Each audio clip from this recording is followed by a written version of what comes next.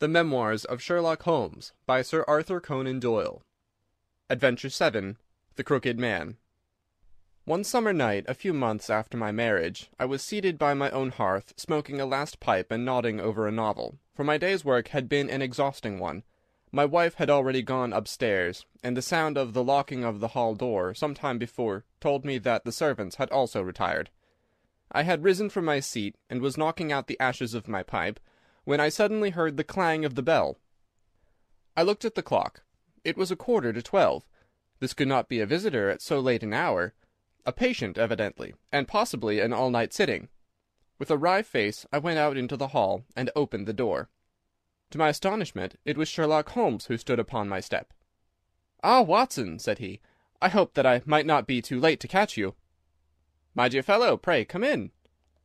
"You look surprised, and no wonder. Relieved, too, I fancy. You still smoke the Arcadia mixture of your bachelor days, then? There's no mistaking that fluffy ash upon your coat. It's easy to tell that you have been accustomed to wear a uniform, Watson. You'll never pass as a purebred civilian as long as you keep that habit of carrying your handkerchief in your sleeve. Could you put me up tonight?" "With pleasure." "You told me that you had bachelor quarters for one, and I see that you have no gentleman visitor at present. Your hat stand proclaims as much." "I shall be delighted if you will stay." "Thank you. I'll fill the vacant peg, then. Sorry to see that you've had the British workman in the house. He's a token of evil. Not the drains, I hope?" "No, the gas." "Ah, he's left 2 nail marks from his boot upon your linoleum, just where the light strikes it. No, thank you, I had some supper at Waterloo, but I'll smoke a pipe with you with pleasure." I handed him my pouch, and he seated himself opposite to me, and smoked for some time in silence. I was well aware that nothing but business of importance would have brought him to me at such an hour, so I waited patiently until he should come round to it. "I see that you are professionally rather busy just now," said he, glancing very keenly across at me. "Yes, I've had a busy day," I answered.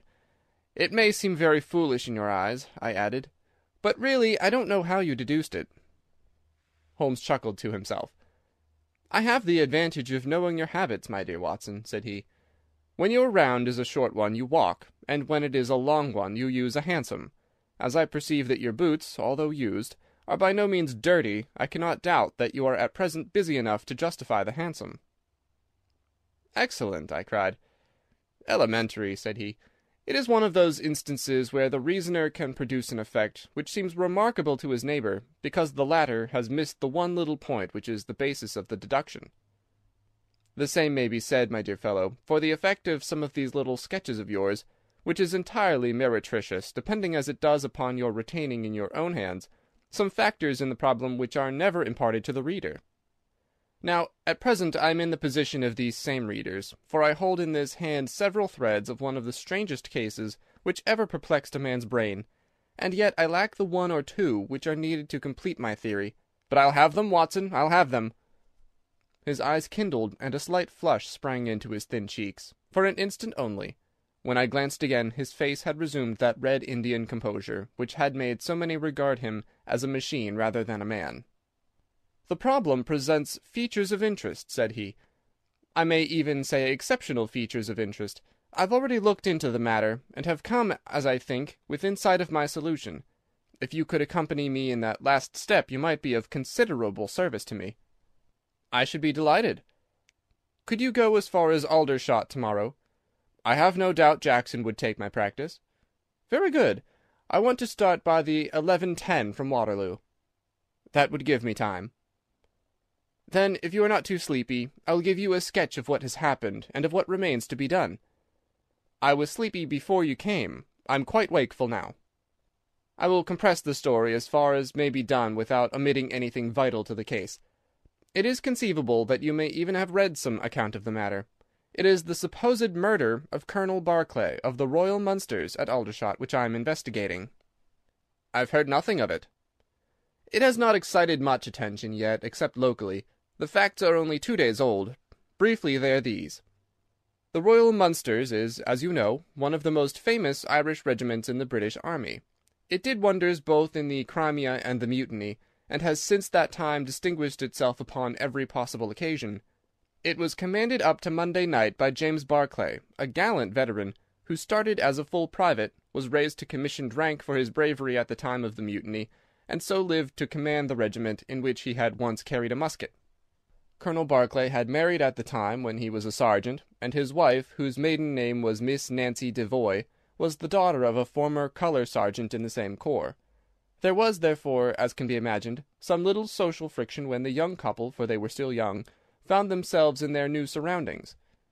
They appear, however, to have quickly adapted themselves, and Mrs. Barclay has always, I understand, been as popular with the ladies of the regiment as her husband was with his brother officers. I may add that she was a woman of great beauty, and that even now, when she has been married for upwards of 30 years, she's still of a striking and queenly appearance. Colonel Barclay's family life appears to have been a uniformly happy one. Major Murphy, to whom I owe most of my facts, assures me that he has never heard of any misunderstanding between the pair. On the whole, he thinks that Barclay's devotion to his wife was greater than his wife's to Barclay. He was acutely uneasy if he were absent from her for a day. She, on the other hand, though devoted and beautiful, was less obtrusively affectionate. But they were regarded in the regiment as the very model of a middle-aged couple. There was absolutely nothing in their mutual relations to prepare people for the tragedy which was to follow. Colonel Barclay himself seems to have had some singular traits in his character. He was a dashing, jovial old soldier in his usual mood, but there were occasions on which he seemed to show himself capable of considerable violence and vindictiveness. This side of his nature, however, appears never to have been turned towards his wife. Another fact which had struck Major Murphy, and 3 out of 5 of the other officers with whom I conversed, was the singular sort of depression which came upon him at times. As the Major expressed it, the smile had often been struck from his mouth, as if by some invisible hand when he had been joining the gaieties and chaff of the mess-table. For days on end, when the mood was on him, he has been sunk in the deepest gloom. This and a certain tinge of superstition were the only usual traits in his character which his brother officers had observed. The latter peculiarity took the form of a dislike to being left alone, especially after dark. This puerile feature in a nature which was conspicuously manly had often given rise to comment and conjecture. The 1st Battalion of the Royal Munsters, which is the old 117th, has been stationed at Aldershot for some years. The married officers live out of barracks, and the colonel has during all this time occupied a villa called Lachine, about half a mile from the north camp. The house stands in its own grounds, but the west side of it is not more than 30 yards from the high road. A coachman and 2 maids form the staff of servants. These, with their master and mistress, were the sole occupants of Lachine, for the Barclays had no children, nor was it usual for them to have resident visitors. Now for the events at Lachine between 9 and 10 on the evening of last Monday. Mrs. Barclay was, as it appears, a member of the Roman Catholic Church, and had interested herself very much in the establishment of the Guild of St. George, which was formed in connection with the Wall Street Chapel for the purpose of supplying the poor with cast-off clothing. A meeting of the Guild had been held that evening at 8, and Mrs. Barclay had hurried over her dinner in order to be present at it. When leaving the house, she was heard by the coachman to make some commonplace remark to her husband, and to assure him that she would be back before very long. She then called for Miss Morrison, a young lady who lives in the next villa, and the two went off together to their meeting. It lasted 40 minutes, and at 9:15 Mrs. Barclay returned home, having left Miss Morrison at her door as she passed. There is a room which is used as a morning room at Lachine. This faces the road and opens by a large glass folding door onto the lawn. The lawn is 30 yards across, and is only divided from the highway by a low wall with an iron rail above it. It was into this room that Mrs. Barclay went upon her return. The blinds were not down, for the room was seldom used in the evening, but Mrs. Barclay herself lit the lamp and then rang the bell, asking Jane Stewart, the housemaid, to bring her a cup of tea, which was quite contrary to her usual habits. The colonel had been sitting in the dining-room, but hearing that his wife had returned, he joined her in the morning-room. The coachman saw him cross the hall and enter it.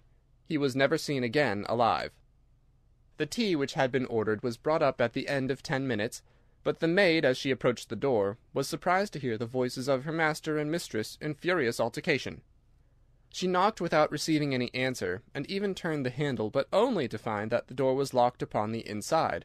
Naturally enough, she ran down to tell the cook, and the 2 women with the coachman came up into the hall and listened to the dispute which was still raging. They all agreed that only two voices were to be heard, those of Barclay and of his wife. Barclay's remarks were subdued and abrupt, so that none of them were audible to the listeners. The lady's, on the other hand, were most bitter, and when she raised her voice could be plainly heard. "You coward!" she repeated over and over. "What can be done now? What can be done now? Give me back my life. I will never so much as breathe the same air with you again. You coward! You coward!" Those were scraps of her conversation, ending in a sudden dreadful cry in the man's voice, with a crash and a piercing scream from the woman. Convinced that some tragedy had occurred, the coachman rushed to the door and strove to force it, while scream after scream issued from within.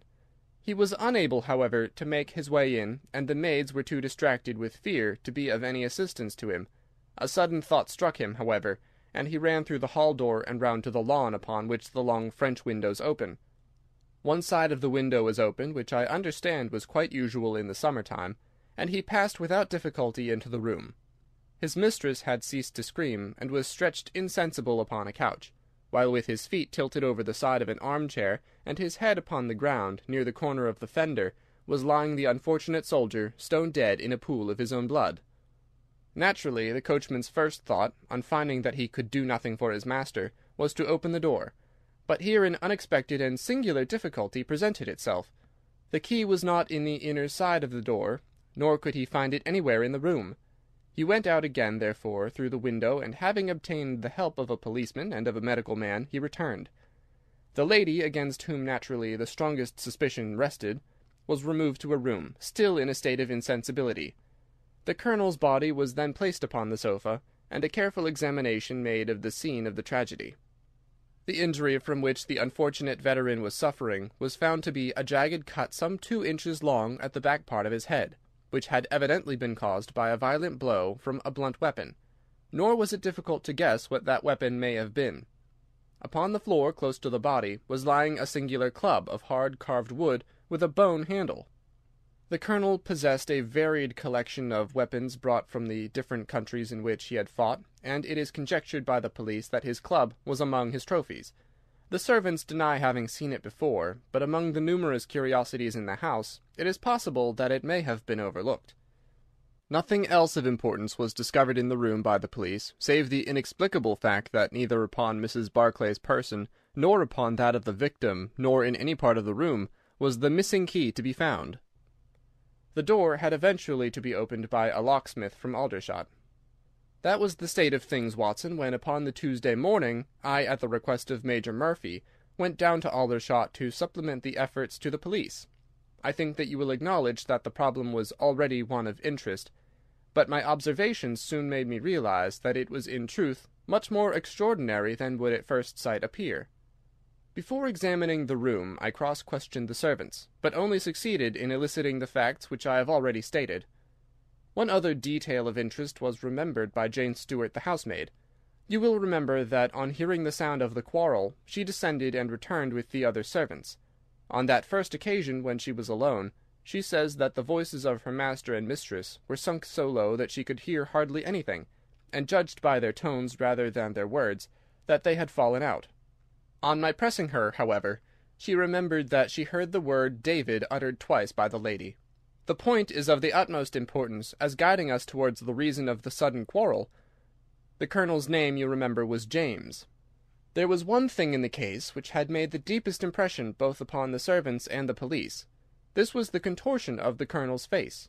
It had set, according to their account, into the most dreadful expression of fear and horror which a human countenance is capable of assuming. More than one person fainted at the mere sight of him, so terrible was the effect. It was quite certain that he had foreseen his fate, and that it had caused him the utmost horror. This, of course, fitted in well enough with the police theory, if the colonel would have seen his wife making a murderous attack upon him.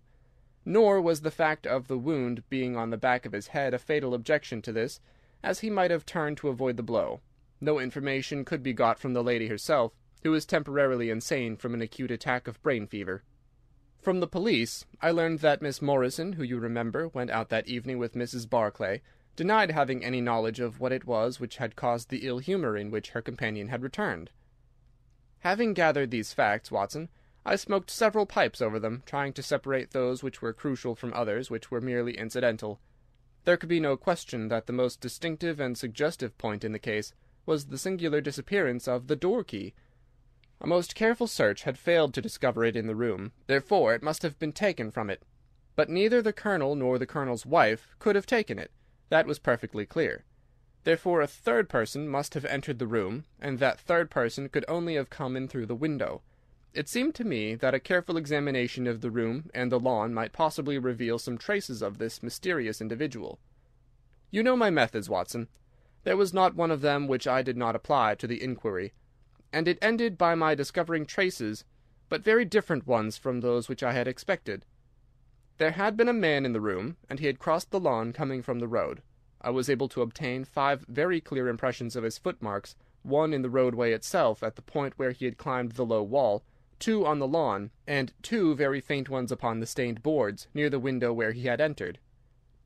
He had apparently rushed across the lawn, for his toe marks were much deeper than his heels, but it was not the man who surprised me. It was his companion. His companion! Holmes pulled a large sheet of tissue paper out of his pocket and carefully unfolded it upon his knee. "What do you make of that?" he asked. The paper was covered with the tracings of the footmarks of some small animal. It had 5 well-marked footpads, an indication of long nails, and the whole print might be nearly as large as a dessert spoon. "It's a dog," said I.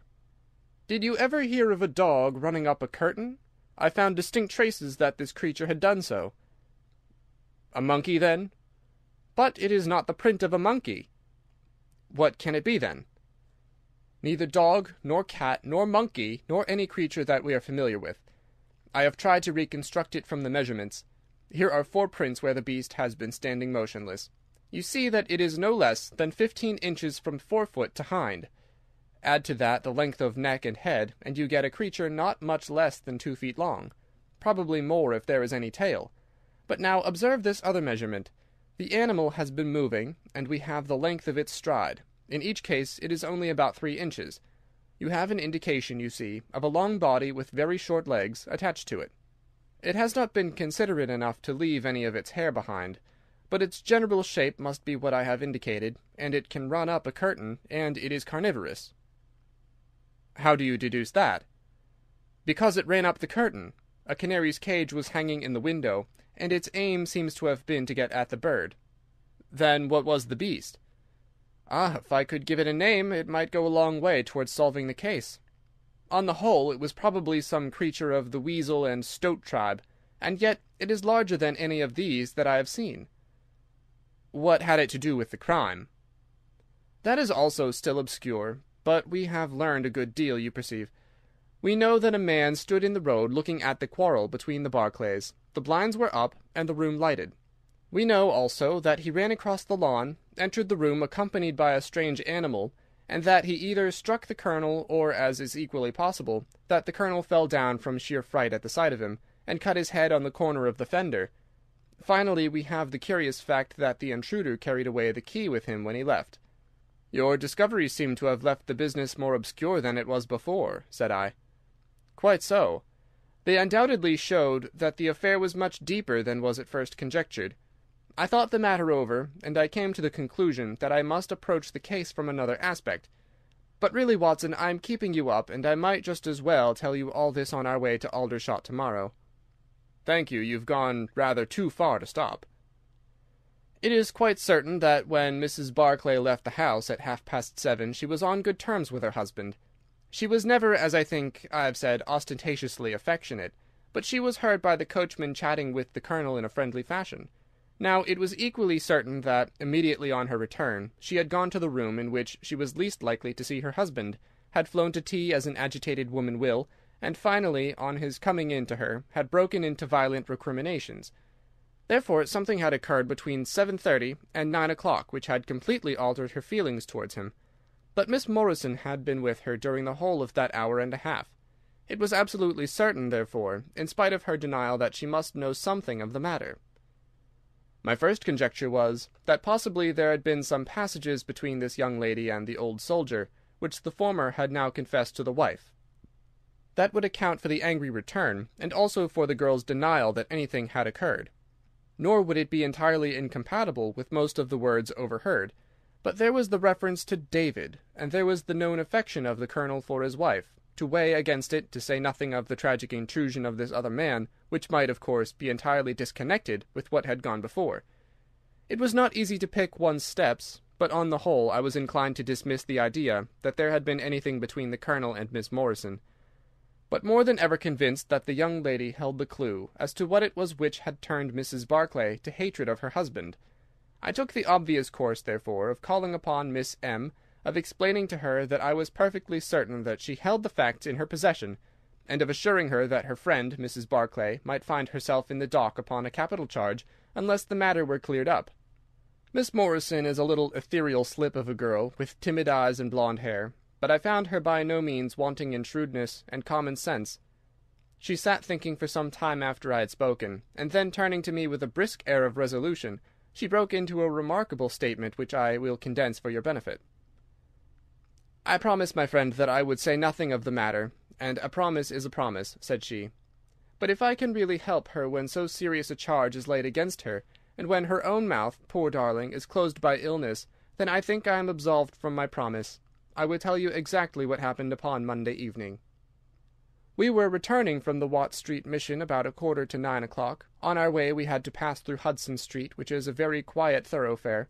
There is only one lamp in it upon the left-hand side, and as we approached this lamp I saw a man coming towards us with his back very bent, and something like a box slung over one of his shoulders.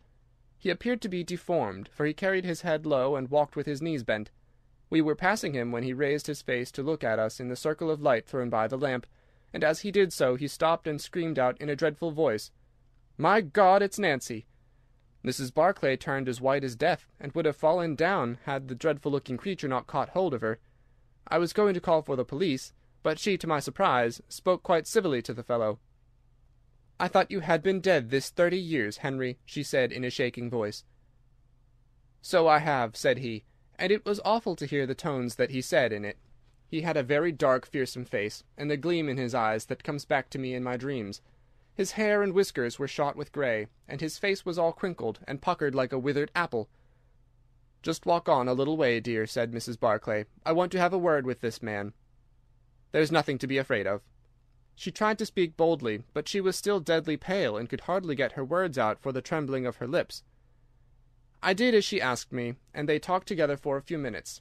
Then she came down the street with her eyes blazing, and I saw the crippled wretch standing by the lamp-post and shaking his clenched fists in the air, as if he were mad with rage. She never said a word until we were at the door here, when she took me by the hand, and begged me to tell no one what had happened. 'It's an old acquaintance of mine, who has come down in the world,' said she. When I promised her I would say nothing, she kissed me, and I've never seen her since. I've told you now the whole truth, and if I withheld it from the police, it is because I did not realize then the danger in which my dear friend stood. I know that it can only be to her advantage that everything should be known." That was her statement, Watson, and to me, as you can imagine, it was like a light on a dark night. Everything which had been disconnected before began at once to assume its true place, and I had a shadowy presentiment of the whole sequence of events. My next step, obviously, was to find the man who had produced such a remarkable impression upon Mrs. Barclay. If he were still in Aldershot, it should not be a very difficult matter. There are not such a very great number of civilians, and a deformed man was sure to have attracted attention. I spent a day in the search, and by evening, this very evening, Watson, I had run him down. The man's name is Henry Wood, and he lives in lodgings in this same street in which the ladies met him. He has only been 5 days in the place. In the character of a registration agent, I had a most interesting gossip with his landlady. The man is by trade a conjurer and performer, going round the canteens after nightfall, and giving a little entertainment at each. He carries some creature about with him in that box, about which the landlady seemed to be in considerable trepidation, for she had never seen an animal like it. He uses it in some tricks according to her account. So much the woman was able to tell me, and also that it was a wonder the man lived, seeing how twisted he was, and that he spoke in a strange tongue sometimes, and that for the last 2 nights she had heard him groaning and weeping in his bedroom. He was all right as far as money went, but in his deposit he had given her what looked like a bad florin. She showed it to me, Watson, and it was an Indian rupee. So now, my dear fellow, you see exactly how we stand and why it is I want you. It is perfectly plain that after the ladies parted from this man he followed them at a distance, that he saw the quarrel between husband and wife through the window, that he rushed in, and that the creature which he carried in his box got loose. That is all very certain. But he is the only person in this world who can tell us exactly what happened in that room." "And you intend to ask him?" "Most certainly, but in the presence of a witness." "And I am the witness." "If you will be so good. If he can clear the matter up, well and good. If he refuses, we have no alternative but to apply for a warrant." "But how do you know he'll be there when we return?" "You may be sure that I took some precautions. I have one of my Baker Street boys mounting guard over him who would stick to him like a burr, go where he might. We shall find him in Hudson Street tomorrow, Watson, and meanwhile I should be the criminal myself if I kept you out of bed any longer." It was midday when we found ourselves at the scene of the tragedy, and under my companion's guidance we made our way at once to Hudson Street. In spite of his capacity for concealing his emotions, I could easily see that Holmes was in a state of suppressed excitement, while I was myself tingling with that half-sporting, half-intellectual pleasure which I invariably experienced when I associated myself with him in his investigations.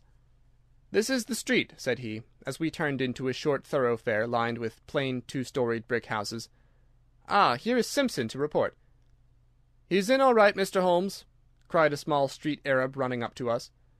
"Good, Simpson," said Holmes, patting him on the head. "Come along, Watson, this is the house." He sent in his card with a message that he had come on important business, and a moment later we were face to face with the man whom we had come to see. In spite of the warm weather, he was crouching over a fire, and the little room was like an oven. The man sat all twisted and huddled in his chair, in a way which gave an indescribable impression of deformity. But the face which he turned towards us, though worn and swarthy, must at some time have been remarkable for its beauty. He looked suspiciously at us now out of yellow-shot bilious eyes, and without speaking or rising, he waved towards two chairs. "Mr. Henry Wood, late of India, I believe," said Holmes affably. "I've come over this little matter of Colonel Barclay's death." "What should I know about that?"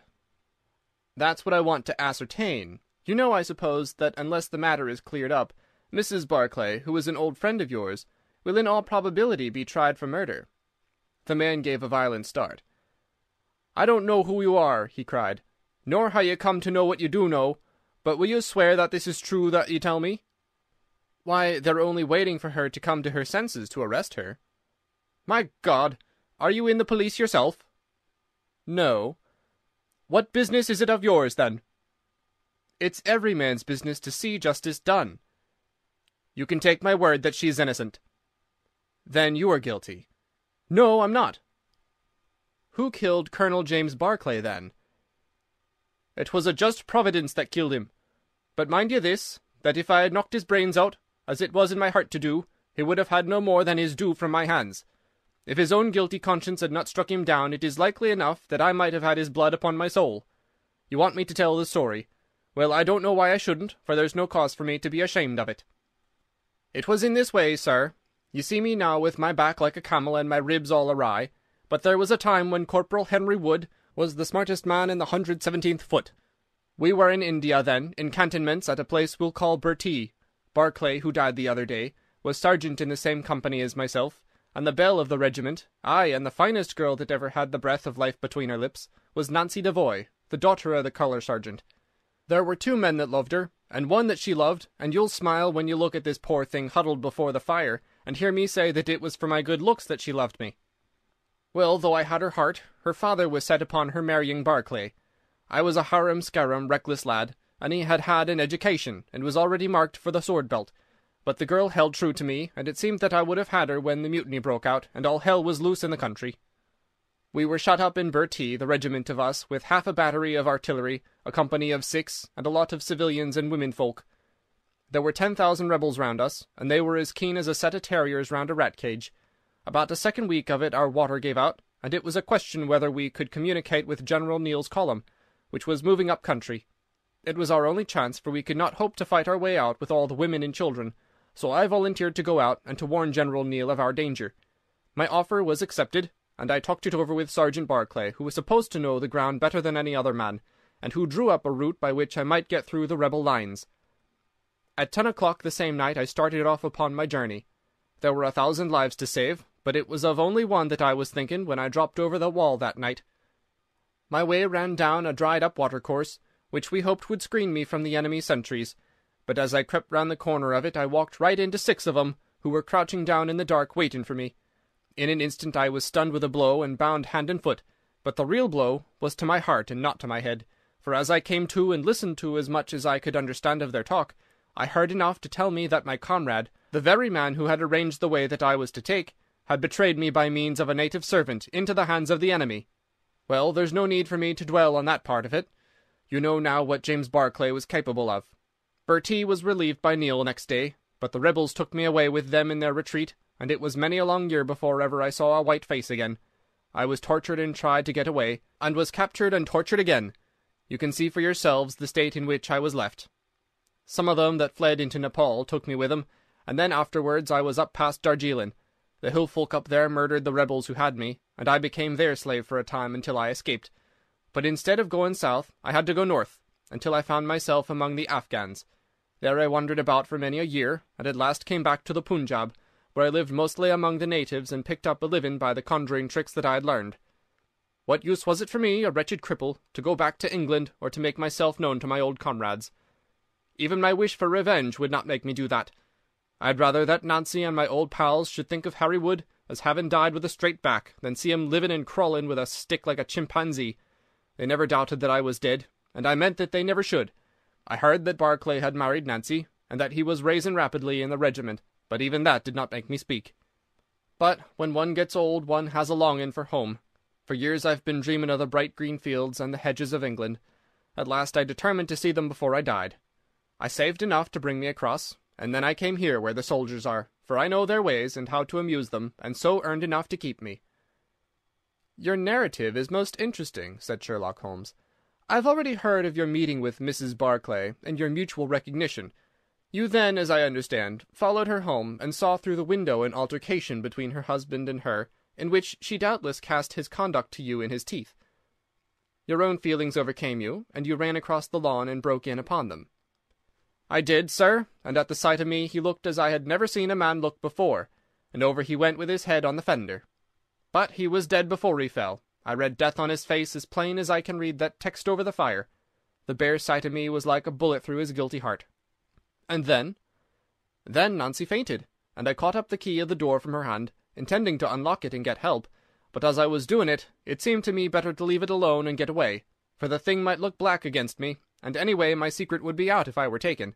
In my haste I thrust the key into my pocket, and dropped my stick while I was chasing Teddy, who had run up the curtain. When I'd got him into his box, from which he had slipped, I was off as fast as I could run." "Who's Teddy?" asked Holmes. The man leaned over and pulled up the front of a kind of hutch in the corner. In an instant out there slipped a beautiful reddish-brown creature, thin and lithe, with the legs of a stoat, a long thin nose, and a pair of the finest red eyes that ever I saw in an animal's head. "It's a mongoose!" I cried. "Well, some call them that, and some call them Inchnaman," said the man.